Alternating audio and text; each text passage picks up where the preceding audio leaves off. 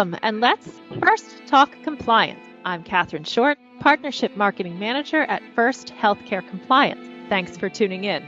You can follow First Healthcare Compliance on Twitter at FirstHCC or on Facebook and Instagram at First Healthcare Compliance or hashtag FirstTalkCompliance. Today's episode is sponsored by HP, the leader in the world's most secure and manageable PCs.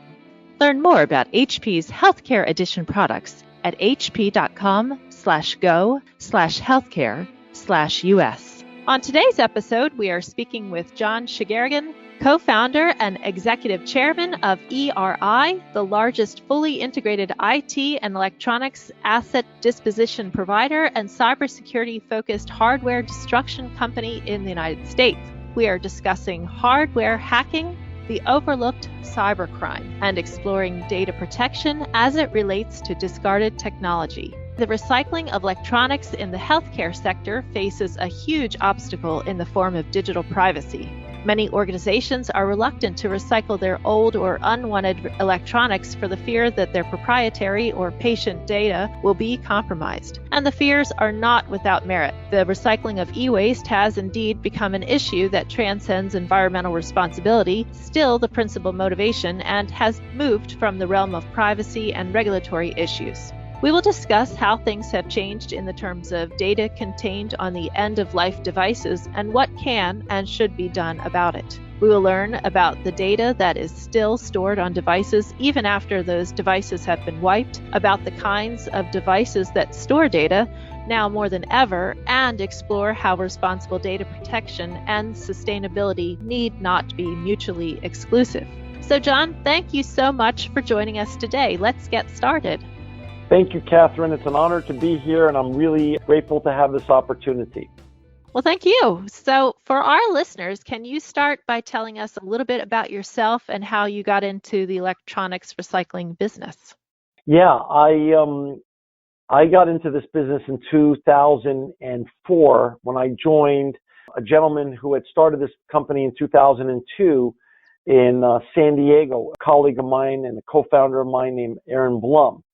And Kevin Dillon, who was Aaron's childhood friend, worked together with me at financialaid.com, which was our .com that we ran in San Diego for the student lending industry. Introduced me to Aaron when he started this business. And then he asked us to join with him with my wife, Tammy Shegerian, after we sold financialaid.com in October of 2004. So we renamed it and moved it from San Diego to Fresno, where we started in April of 2005. With our first month, we recycled approximately 10,000 pounds of electronic waste, and we thought we had hit the mother lode. And now, 15 years later, we recycle at our 8 locations nationally approximately 20 million pounds of electronic waste. And when I say 20 million pounds we recycle or destroy, that means we're zero waste, we're zero landfill, zero emissions, and all of these commodities and gadgets go for beneficial reuse, and none of it goes to a landfill and none of it gets into the bad guy's hands. My gosh, that's amazing. So can you tell us a little bit about the evolution of ERI? How has it evolved since it launched? How did you go from that small, that 10,000 amount to like the 10,000 pounds to 20 million. Yeah, exactly. And these from one location to 8. Yeah, what's happened is when we got into business, electronic waste was the fastest growing solid waste stream in the world. And it still is the fastest growing solid waste stream in the world 15 years later. But when we got into business, it was beginning of times. Al Gore hadn't won an Academy Award and a Nobel Peace Prize for Inconvenient Truth.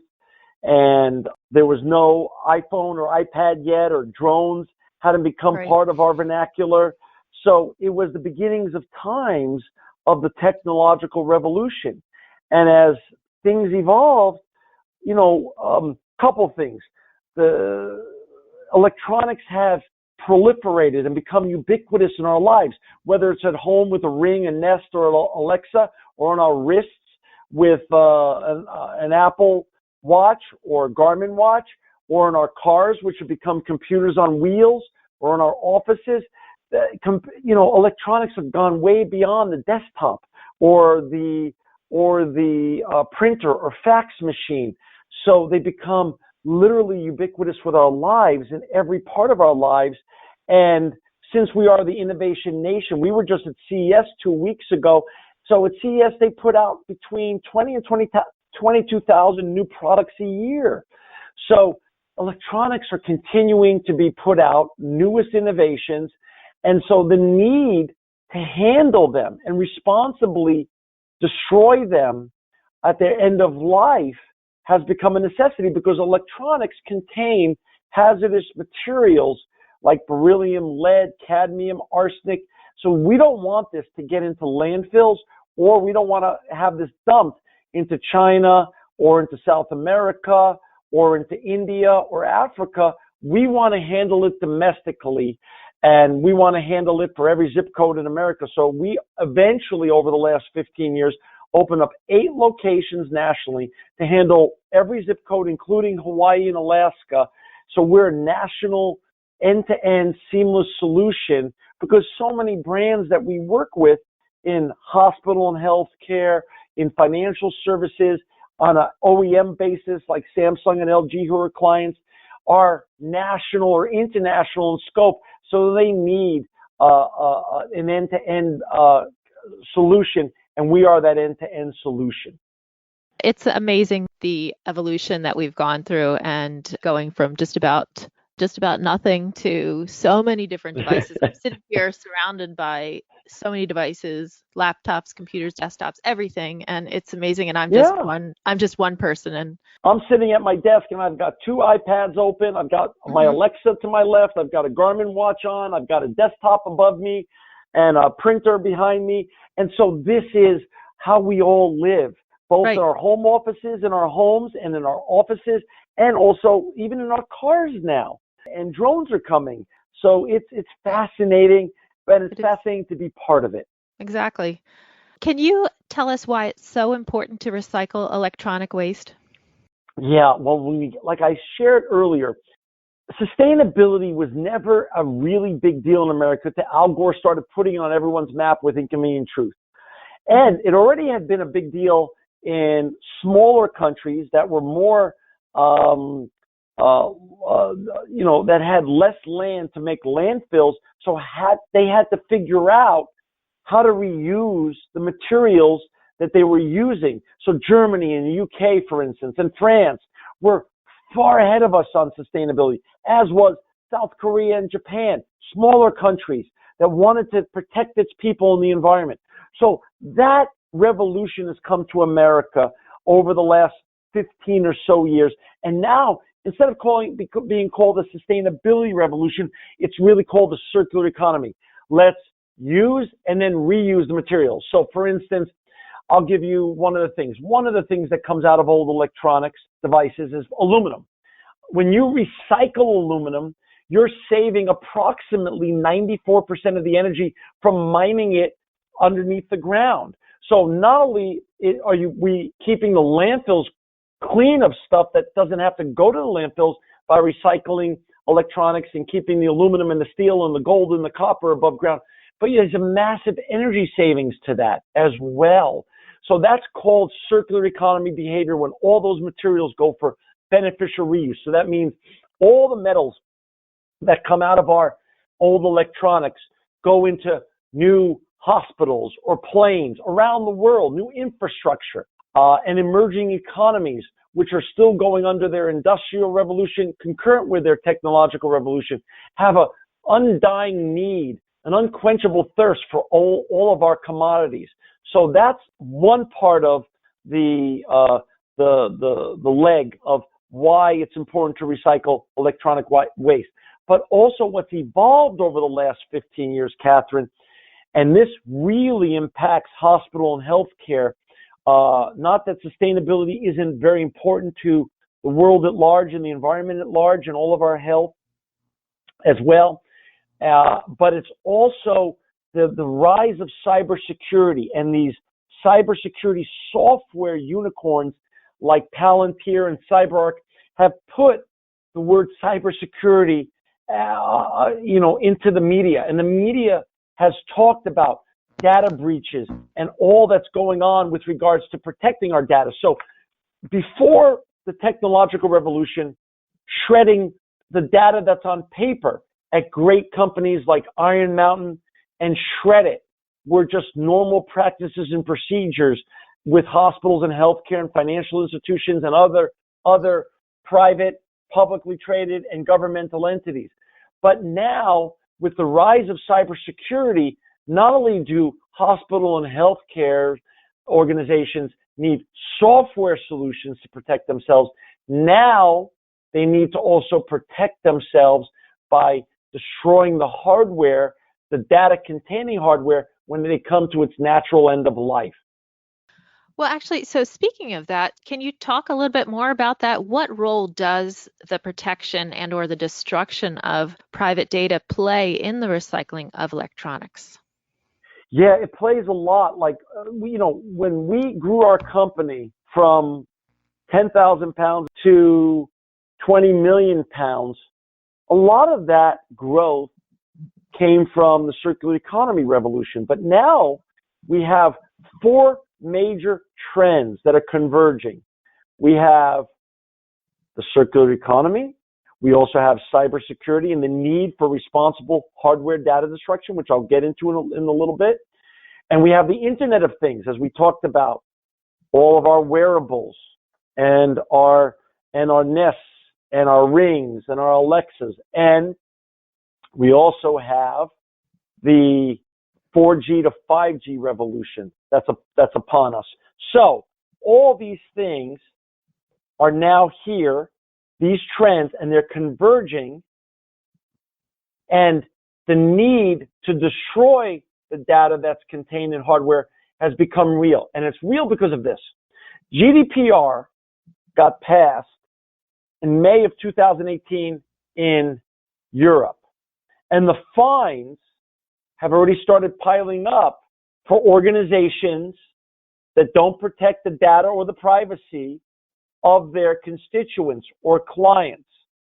GDPR has now come to America, where there's 7 federal legislative actions to mimic and actually become stronger than GDPR have been introduced on a federal level, and 4 states have passed GDPR type legislation in the United States, and those states are Maine, Nevada, and California, and 14 states have put in some form of GDPR legislation as well. So net, Catherine, is that there's going to be way beyond HIPAA and all the other type of legislations that historically exist, HIPAA and HITECH, FACTA and FCRA, COPA and FERPA. GDPR has come to America, and there's going to be federal legislation that's passed, and every state's going to have its own legislation. So the need to keep patients and clients and constituents' information private and protected is growing, and the court systems in the United States have become more liberal in allowing lawsuits to be brought against organizations that not only have allowed data breaches, but in some instances against organizations that have mishandled the data of their clients or constituents, even if a breach hasn't occurred yet. So the noose is tightening and the regulations are growing around privacy and the need for security. So that goes for both on a software basis and a hardware basis. Hospitals and healthcare organizations need to protect their patients, clients, and constituents' data. And also, by the way, the data and the goodwill of the hospital or healthcare organization itself, with its own information, financial information, and records as well. Yes, there's always so much information to protect, and it's just myriad. If you're just tuning in, you're listening to First Talk Compliance, and my guest is John Shegerian, co-founder and executive chairman of ERI, and we are discussing hardware hacking the Overlooked CyberCrime and Data Protection as it relates to discarded technology, and today's episode is sponsored by HP, the leader in the world's most secure and manageable PCs. Learn more about HP's Healthcare Edition products at hp.com/go/healthcare/US. And be sure to follow the company on Twitter at HP. Can you tell us also about what are the key societal drivers affecting the recycling of electronics today? Like I said, originally, Catherine, it was all about sustainability and being green. But now when you converge Internet of Things and the explosion of all the electronic devices that we have around us with 4G to 5G, which means it's going to be literally the highest turnover of electronics ever before. This is bigger than black and white to color. This is bigger than any other turnover of electronics we've seen before. And the need for responsible hardware data destruction, and the fact that the media loves to cover any breach that happens. We all remember the Target breach, or the Home Depot breach, or the Sony breach, where leaders from these companies can lose their jobs. The risk and liability around cybersecurity and the need for privacy and protection of the clients and constituents and patients is higher than ever, and the media is highlighting it and focusing on this more than ever before, because legislators are making this a top priority of theirs to protect the people at large here in America. And by the way, around the world this is happening. It's not just even an American thing. But for this discussion, let's just call it hospitals and healthcare agencies across the United States. So societally, we've got hardware data destruction, and we've got sustainability and circular economy behavior converging with all the electronics out there, and we need to respond. And we need to respond effectively. For those who are not familiar with hardware data destruction, think of it like you think of Shred-it for paper and Iron Mountain for shredding data that's contained in paper, two great brands here in the United States. Brands like ERI and other great brands responsibly handle hardware data destruction for hospital healthcare and all sorts of governmental and other corporations and industries across the United States. So, John, can you tell me what some examples of electronic devices are that contain personal data? Absolutely.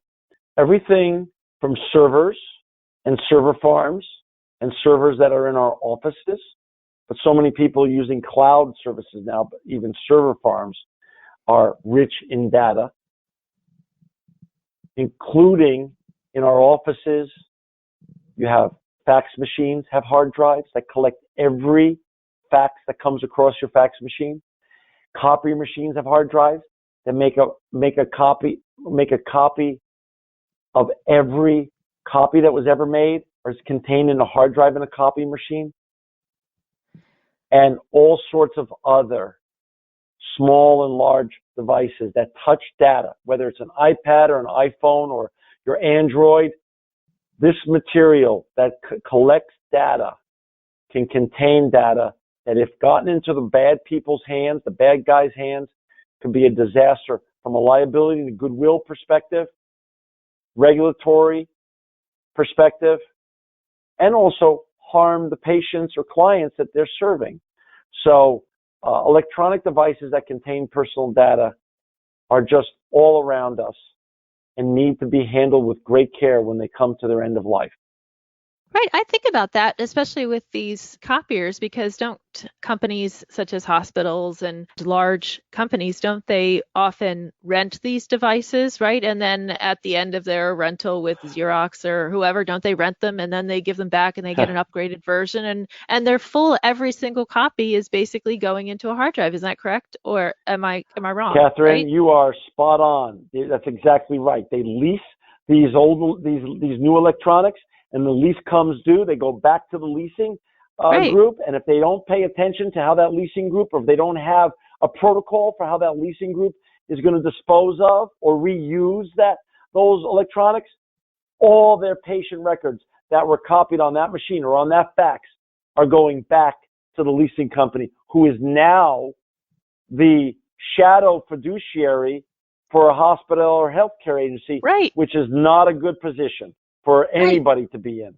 Exactly. I don't understand. What are your thoughts on that? I mean, obviously that's not good. So so they're not really getting rid of destroying their device there. It's not like they own that device, and then they're not owning the hard drive. So it's not like they're able to destroy the hard drive either. I'm not sure what happens in that situation. The liability will run back to the hospital or healthcare agency, because what will happen is we've seen these claims because they were supposed to have in their contract with the leasing company a protocol for responsible data destruction and responsible destruction of these machines when they come to the end of life that meets the regulatory standards, which now way beyond the traditional regulatory standards of HIPAA, everything that we've become, that's become ubiquitous to us, HIPAA and FINRA and all those other laws, and now extend to GDPR type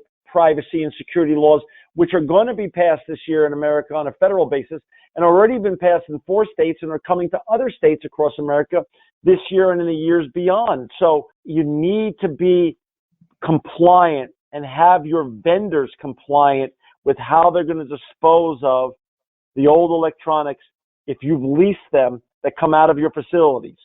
How about the healthcare arena specifically? I brought up some, but what are some of the issues hospitals and healthcare organizations need to be aware of in terms of hardware? And we talked about copiers, but what are some other areas? One great tip I could give to your listeners, an old adage becomes an old adage for a reason. There's no such thing as a free lunch, Catherine, and there's no such thing as a free data destruction or free recycling to anybody out there. It just doesn't exist. Free, just think of the word free equals bad practices. Mm-hmm. There's no such thing as free. So we have been contacted and have become partners for many hospitals and healthcare agencies that historically had allowed their employees to buy the old electronics that came to end of life, and then didn't track them after the employees used them for personal purposes, or they had a facilities director or an IT director that didn't want to pay the costs that were associated with responsible hardware data destruction, and they chose a free solution, someone who said, hey, we'll pick up all your old electronics, put it in our truck, and haul it off for free. Maybe 20 years ago, before the rise of cybersecurity and GDPR and the need for responsible data destruction and privacy rights, maybe that was an okay practice 20, 25 years ago. But it has been told to us in our offices by members of Homeland Security and the FBI, what's happening as they track those old electronics that are picked up for free is typically they're shipped off our shores to people who have adverse interests, in many cases, to the economic interests of the users of those old electronics, because the bad actors will buy those electronics just to pull the hard drives and either create a data extortion for those agencies, or Homeland Security told us in many cases this information is being used to breach and hurt the Homeland Security interests of the people of the United States of America. So this is a serious issue, allowing quote unquote free recycler to take your old electronics, because nothing good will come out of it. So paying for responsible recycling and making sure the recycler and the data destruction company is certified both environmentally and with NAID certifications, such as NAID stands for National Association of Information Destruction, which all of our 8 facilities are certified to the highest level of environmental practices, and all are NAID certified, making sure that your hardware data destruction company is NAID certified and has also good environmental practices and certifications is absolutely paramount in 2020 and beyond. Absolutely. Well, thank you, John. Do you have any other final thoughts or ideas that you wanted to share with us today? Yeah, this is one of the fastest growing issues in the world, the issue of cybersecurity. We're only in the top of the second inning. It's new. And there's a void of information out there. There's a void of information. So anyone that needs more information or needs to meet with folks like our company, we ask you to further educate yourself before allowing anybody that you don't know or trust to handle your old electronics. And even when you found someone that you like or an organization you like I said, please always trust but verify before you make a final decision. It's the only way to go now in a world that's very focused on privacy and data issues for everyone in the United States and on our great planet. Thank you so much, John. I really appreciate you coming on. It was extremely informative and full of so many great facts. So thank you for coming on and telling our audience about this. Very much appreciate it. Catherine, it's been my honor and extreme pleasure to be here today, and thank you for inviting me on to further educate your great listeners to these important topics. Thank you again, Catherine. Thank you.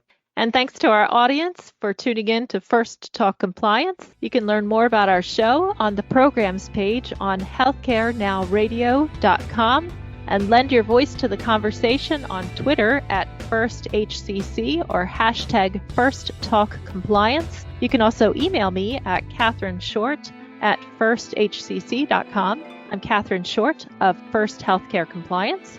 Remember, compliance is the key to achieving peace of mind. And I want to thank HP for sponsoring today's episode. You can learn more about HP and their Healthcare Edition products that were designed with clinicians in mind to streamline patient care and optimize clinical workflows at hp.com/go/healthcare/US.